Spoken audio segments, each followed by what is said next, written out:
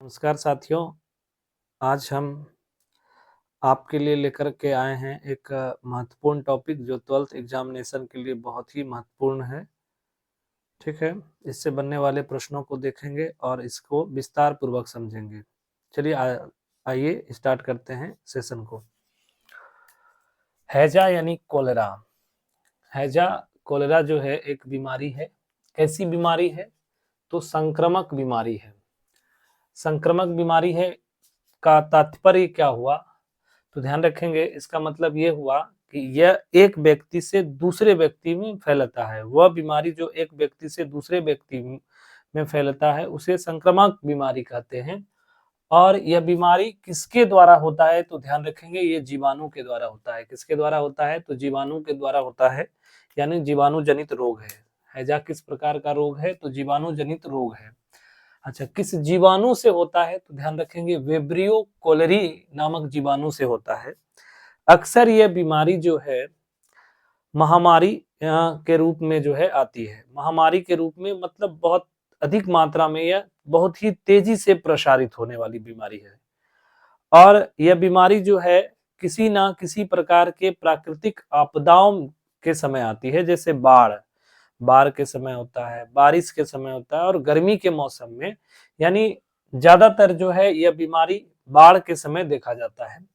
इस बीमारी के सबसे बड़े लक्षण क्या हैं? तो इस बीमारी में रोगी व्यक्ति को उल्टी अत्यधिक होती है, दस्त अधिक होता है। दस्त कैसा होता है? तो ध्यान रखेंगे, आपने घर में जो है देखे होंगे मम्मी को जो है ना चावल पसाते हुए, यानी माड़ की तरह।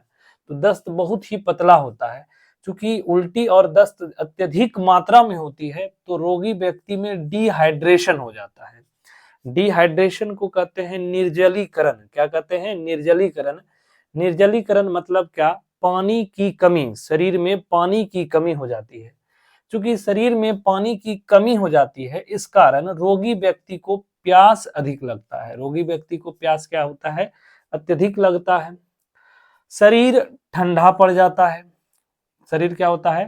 ठंडा पड़ जाता है। और पेट में पीड़ा होती है। पीड़ा और ऐंठन टाइप का होता है। ऐंठन क्यों होता है? इसके पीछे का रीजन ये है कि रोगी व्यक्ति जो है अत्यधिक उल्टी और दस्त के कारण उसके शरीर ठंडे पड़ जाते हैं, प्यास अधिक लगते हैं और शरीर में ऐंठन और जो है पीड़ा होती है और हाथ पैरों में जो है ऐंठन होने लगती है। ये सभी जो है इनके प्रमुख लक्षण होते हैं। अब ये बीमारी फैलने का रीजन क्या होता है? रीजन क्या है? कारण क्या है? कारण ये है कि आसपास में अत्यधिक गंदगी होती है। आसपास में अत्यधिक गंदगी होती है। स्वच्छ जो है कपड़े नहीं पहनते हैं।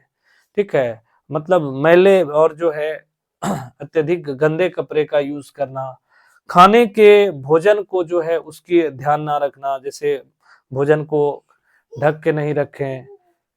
किसी भी प्रकार की जो है इस तरह के जो है लक्षण देखने को मिलते हैं। अक्सर क्या होता है कि इस बीमारी का जो है संचार घरेलू मक्खी के द्वारा होता है। क्या होता है? घरेलू मक्खी।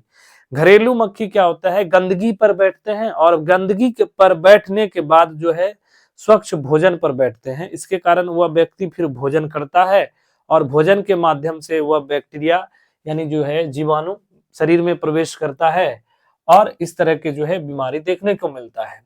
तो इस बीमारी के जो है वाहक यानी संचारक जो है ट्रांसमिशन किसके द्वारा होता है? तो ध्यान रखेंगे, घरेलू मक्खी के द्वारा। किसके द्वारा होता है? घरेलू मक्खी के द्वारा होता है।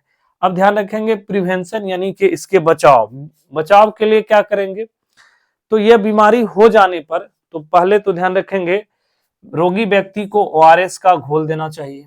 क्योंकि शरीर में बहुत ज्यादा पानी की कमी हो गई है, इसलिए जो है रोगी व्यक्ति को क्या देना चाहिए? ओआरएस का घोल देना चाहिए।